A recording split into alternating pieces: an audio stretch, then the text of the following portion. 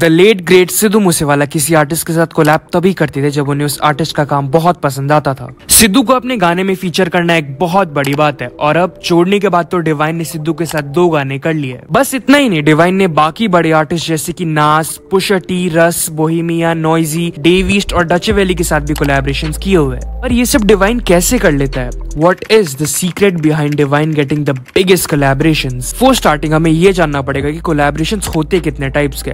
So 2 artist के बीच में collaborations basically 3 types के होते हैं: paid collaboration, barter collaboration and gifting collaboration। paid collaborations just like the name says, तुम एक X amount के लिए किसी आर्टिस्ट के साथ कोलैब करते हो। For example, no competition by Just Manak featuring Divine। Secondly, barter collabs। barter collabs में 2 आर्टिस्ट एक दूसरे को अपने फीचर के बदले फीचर देते हैं। For example, 2020 में जब डिवाइन ने डच वैली को अपना फीचर वर्स बैंडो डायरीज के रिमिक्स में दिया, तब शायद उन दोनों में ये अग्रीमेंट हुआ होगा, इंस्टेड ऑफ कैश डचे वैली भी फ्यूचर में डिवाइन को अपना वर्स देगा। एंड 2022 में ठीक वैसा ही हुआ। एंड लास्टली, गिफ्टिंग कोलैब्स में एक आर्टिस्ट दूसरे आर्टिस्ट के साथ collaborate out of love and brotherhood करता है फॉर फ्री। फॉर एग्जांपल, एमी वेक्स मिंटा, Raftaar x Badshah and I guess even Sidhu Moosewala x Divine भी एक गिफ्टिंग कोलैब ही था, because Sidhu and Divine had immense mutual love and respect for each other. But the main question is, Divine को इतने बड़े कोलैबोरेशंस मिलते कैसे? और एक अच्छे आर्टिस्ट होने के साथ साथ ऐसे कुछ रेयर चीजें होना चाहिए जो डिवाइन के अलावा बहुत ही कम आर्टिस्ट के पास है। And the first thing is prominent management team. Divine का मैनेजमेंट टीम अनडाउटेडली देसी पॉप सीन का बेस्ट मैनेजमेंट टीम है। बड़े कोलैबोरेशन में मैनेजमेंट टीम का एक बहुत एसेंशियल पार्ट होता है, बिकॉज बिहाइंड द सीन जो भी डीलिंग्स होते हैं, फिर चाहे वो गानों के फीचर्स के हो या फिर ब्रांड एंडोर्समेंट के, वो सब डिवाइन के बिहाफ में उसकी मैनेजमेंट ही हैंडल करती है। और जो बड़े ब्रांड डील्स होते हैं जैसे कि एडवर्टाइजमेंट, वो सब भी डिवाइन के मैनेजमेंट ही चूज करती है। तो डिवाइन का मैनेजमेंट का रीच और कनेक्शन भी बहुत बड़े हैं। नाव जोश डिवाइन की टीम का ही एक मेंबर है। उनको Kendrick Lamar, one of the